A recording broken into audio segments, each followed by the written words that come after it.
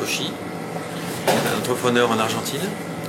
On a ouvert ce restaurant il y a maintenant 5 ans avec l'idée de faire de la cuisine rapide gastronomique pour changer un petit peu ce que les Argentins,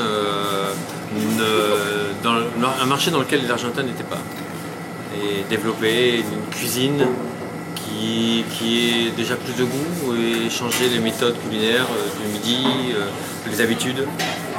Habituellement ici on était plus habitué à manger des sandwichs, mayonnaise, tomate, jambon, poulet rôti. Et donc l'idée on l'a mis en place il y a 5 ans et ça plaît beaucoup. Un investissement de départ assez important parce que comme on l'a déjà dit, il n'y a pas de crédit. On ne peut pas travailler avec les banques, ça ici il faut le savoir. Et aujourd'hui, donc 5 ans après, on est assez satisfait de ce qui a été mis en place. Et je dois dire que les clients nous le rendent bien parce qu'il y a une belle clientèle et les gens sont assez satisfaits en règle générale, ils reviennent, donc on en parle, c'est bouche à oreille.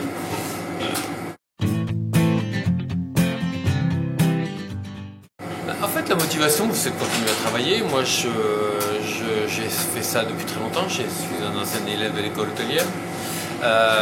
Je suis passé par la gastronomie, on va dire, haut de gamme.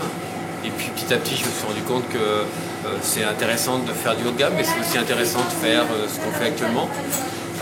Pour plusieurs raisons. La raison, je dirais, la deuxième raison, c'est aussi la rentabilité. On a une meilleure rentabilité dans la gastronomie rapide que dans la gastronomie classique.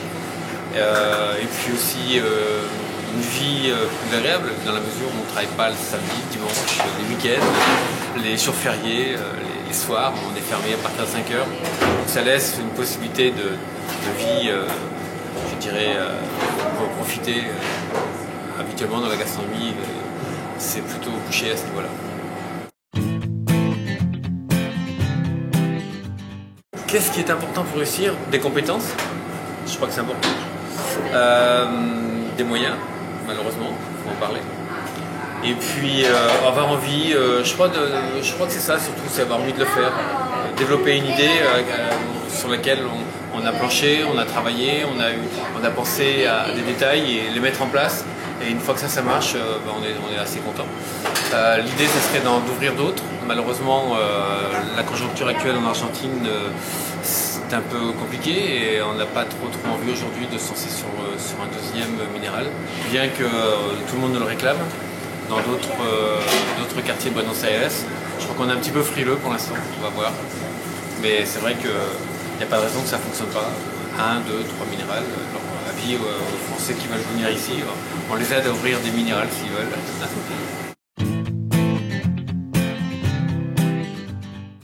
Qui travaillent ici sont tous néophytes. Personne ne connaissait la cuisine.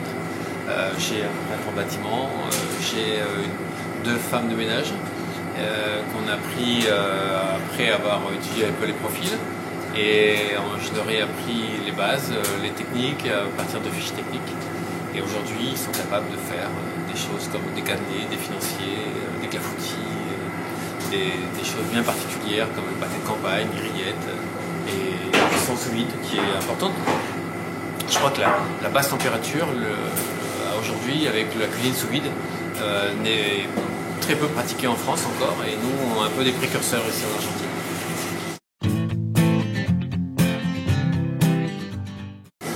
Faut pas avoir peur. Faut pas avoir peur, voilà. Moi je suis arrivé ici, je parlais pas l'espagnol.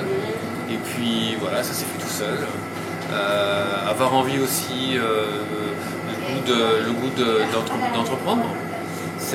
J'ai des amis qui seraient incapables de le faire alors qu'ils ont des positions, des postes importants dans des grandes sociétés. Donc je crois que c'est un peu ça, avoir envie de faire et savoir faire. S'ils hésitent, faut savoir pourquoi. Et puis une fois qu'on s'est posé les bonnes questions, on peut se dire bon, je fais pas parce que j'ai raison de ne pas le faire par rapport à ce que je pense, ou alors j'ai raison de le faire et j'y vais. J'y vais parce que j'ai étudié le projet et il faut je crois aussi qu'il faut compter sur de bonnes rencontres parfois dans la vie. Et le fait de se déplacer, d'agrandir le cercle, fait aussi qu'on rencontre d'autres personnes et c'est souvent très profitable. Tu peux connaître, il ne faut pas arriver comme ça du jour au lendemain et se dire je vais ouvrir un restaurant ou une autre entreprise, il faut attendre, discuter avec les gens. C'est un peu compliqué, on n'a pas les mêmes bases, on n'est pas formaté de la même façon. Et il faut souvent prendre le temps de mesurer les choses et de rencontrer les personnes, poser des questions. Et une fois qu'on... Je dirais il faut un peu entre 6 mois et 1 an avant de prendre une décision, avant de se lancer.